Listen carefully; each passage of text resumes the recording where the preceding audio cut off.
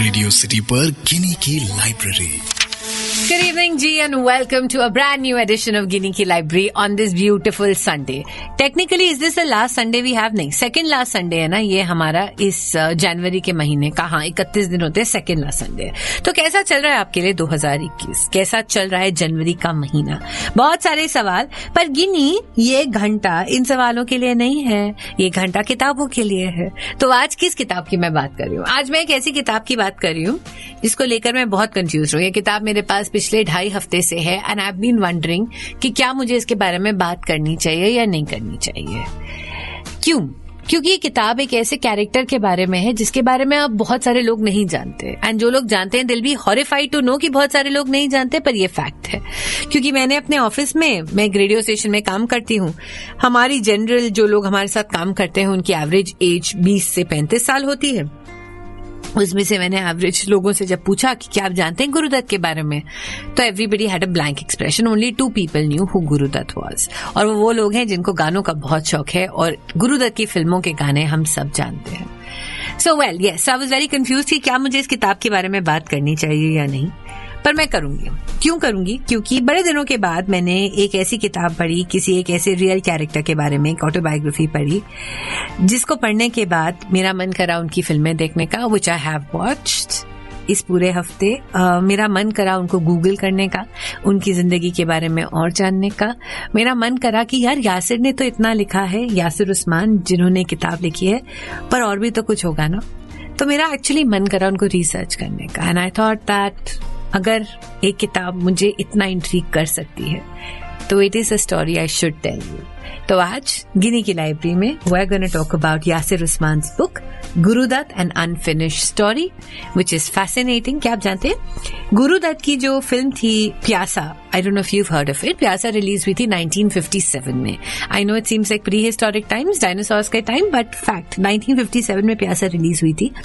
पर 2005 की times magazine की 100 मोस्ट इन्फ्लुएंशियल फिल्मों में प्यासा थी। इनफैक्ट प्यासा या गुरुदत्त की कई सारी फिल्में ऐसी हैं जो कि students of film cinema across the world study करते हैं, जिनको पढ़ा जाता है, जिनको समझा जाता है और जिसको मास्टरपीस कहा जाता है in its own self. So yes, his movies are brilliant. Guru Dutt की कहानी बहुत फैसिनेटिंग है। एक मैन जिसने शुरुआत करी जब तो उसके पास कुछ नहीं था, वो किसी को नहीं जानता था, और फिर वो इतना अमीर बन गए कि उन्होंने बॉम्बे की सबसे फेमस जगह पर उस समय 50s में लाखों का घर खरीदा, और फिर उस घर को एक दिन तोड़ दिया पूरा का पूरा, क्योंकि उनकी बीवी के साथ उनकी अनबन हो गई थी।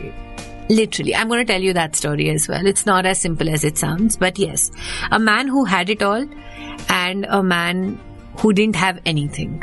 ये डायकोटमी है ऑफ गुरुदत्त द कैरेक्टर। तो इसी की कहानी आज गिनी की लाइब्रेरी में in Guru Dutt an unfinished story. Good evening. I don't know if you like it और नॉट, पर मुझे बताइएगा जरूर at RJ Ginny GINNIE, Insta, Twitter, Facebook, या फिर rjginny@gmail.com।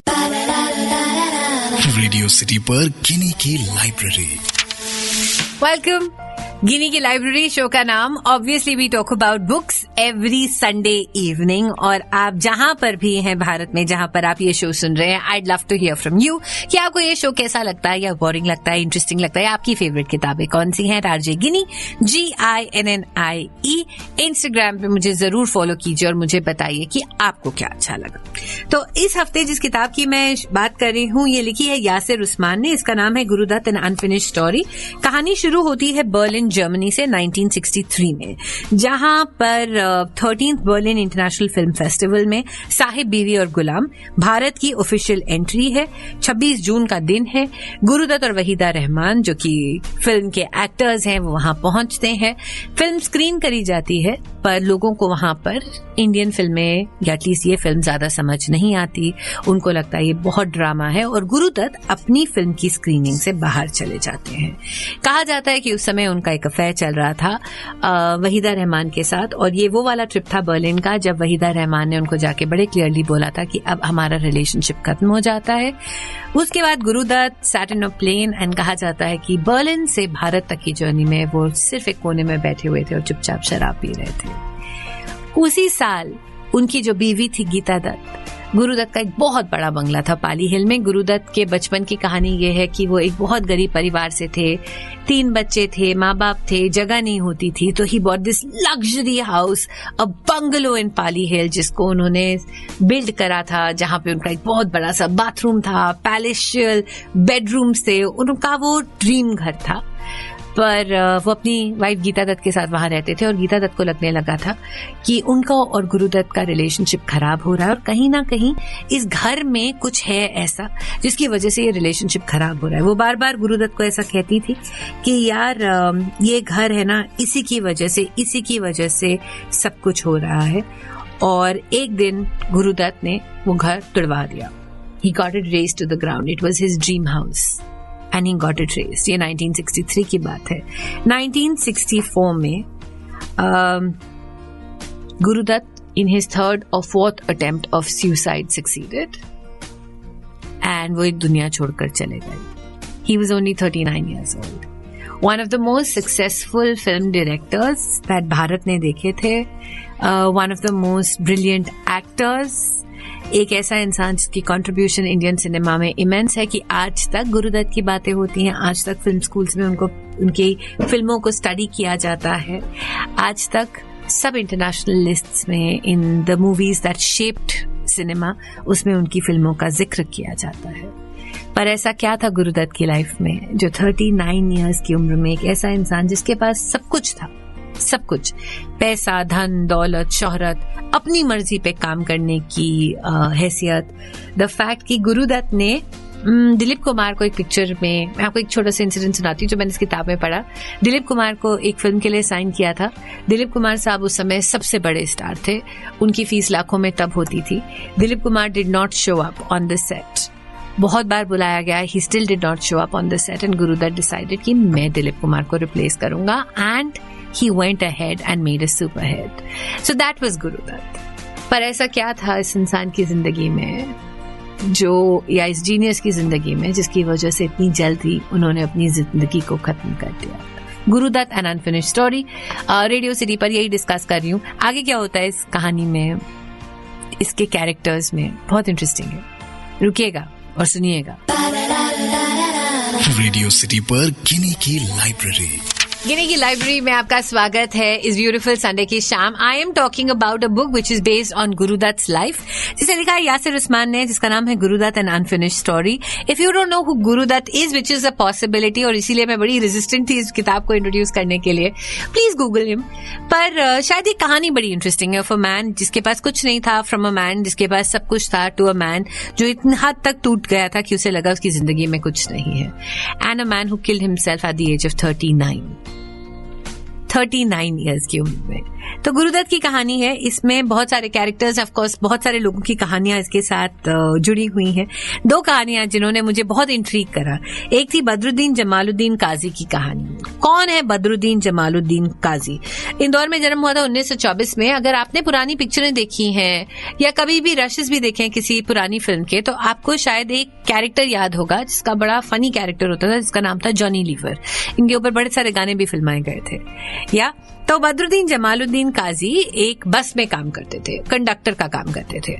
तो गुरुदत्त के एक दोस्त थे बलराज साहनी, वो एक दिन उस बस में बैठे और उन्होंने देखा कि किस तरह से ये जो कंडक्टर है ये गाने गा गा कर, जोक्स क्रिएट क्रैक कर करके बस स्टॉप्स के नाम बोल रहा है, सबको हंसा रहा है। तो बलराज साहनी गए उस आदमी के पास और बोला कि भाई साहब आप हो तो बहुत अच्छे। उस समय वो एक फिल्म लिख रहे थे, तो बाजी था उस फिल्म का नाम। तो उन्होंने कहा कि मेरा एक दोस्त है गुरुदत्त, मैं चाहता हूं कि आप उससे मिलें, पर मैं चाहता हूं कि आप उसे ऐसे ना मिलें, आप उसके सेट पे जाएं और आप एक परफॉर्मेंस दे, पर उनको पता भी ना चले कि आप परफॉर्म कर रहे हैं। तो ही सेज ओके, ठीक है। बदरुद्दीन सेज ओके, मैं करता हूँ। तो एक दिन क्या होता है कि गुरुदत्त और देवानंद सेट पे होते हैं और वो बाजी की शूटिंग कर रहे होते हैं, और इतने में सेट पे एक शराबी आदमी आ जाता है।